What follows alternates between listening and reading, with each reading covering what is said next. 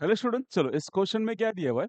The volume of 2.8 gram of carbon monoxide at 27 degree Celsius and 0.821 ATM pressures. Okay, questions में mass दिया है, temperature दिया है, pressure दिया है, आपको वॉल्यूम कैलकुलेट करना है। ठीक है, इस टाइप के क्वेश्चन में ध्यान रखना कि यहाँ पे प्रेशर एटीएम में दिया हुआ है और आपको वॉल्यूम किस में पूछ रहा है, लीटर में पूछ रहा है। प्रेशर को एटीएम से पास्कल में कन्वर्ट करना है कि नहीं करना है, ठीक है, इसके लिए हमेशा क्या रखोगे, गैस कांस्टेंट का वैल्यू देखो किसमें दिया है। तो आपके पास गैस कांस्टेंट का वैल्यू किसमें देके रखा है, आर का वैल्यू दिया है 0.0821।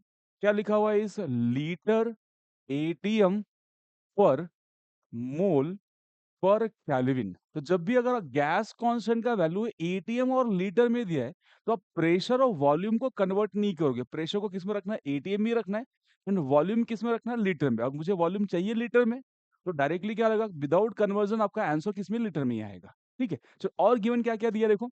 तो यहाँ पे आर का वैल्यूज दिया हुआ है, टेम्परेचर देकर रखा है आपके पास 27 डिग्री सेल्सियस। तो ये हो जाएगा 27 प्लस 273, कितना हो गया यहाँ पे, आप बोल सकते हो 300 कैल्विन। ओके, और क्या देकर रखा है, मास देकर रखा है 2.8 ग्राम। आपको मास दिया है तो मोलर मास कैलकुलेट कर लो। मोलर मास कितना देकर रखा है अपने पास, मोलर मास का फॉर्मूला। अब मास कितना है, ये कार्बन मोनोऑक्साइड, कार्बन का कितना होता है, मोलर मास 12, एंड ऑक्सीजन का कितना 16।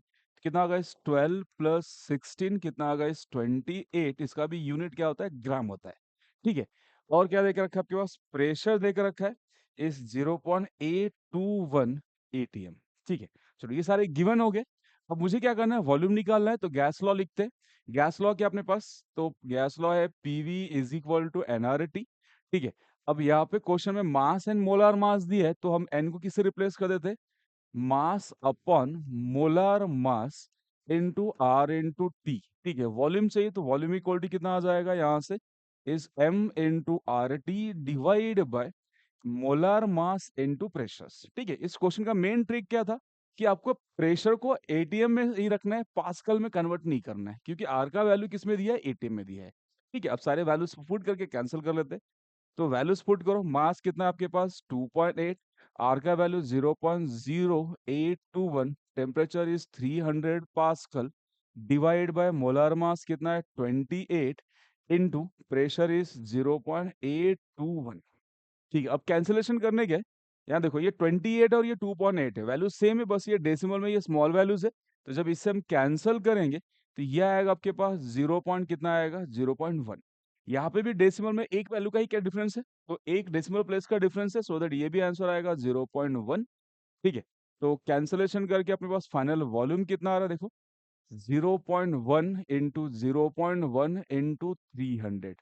तो ये हो गया, मल्टीप्लाई करेंगे, दो डेसिमल प्लेसेस यहाँ पे दिख रहा है, सो दैट कैंसिल होके आएगा 3 लीटर।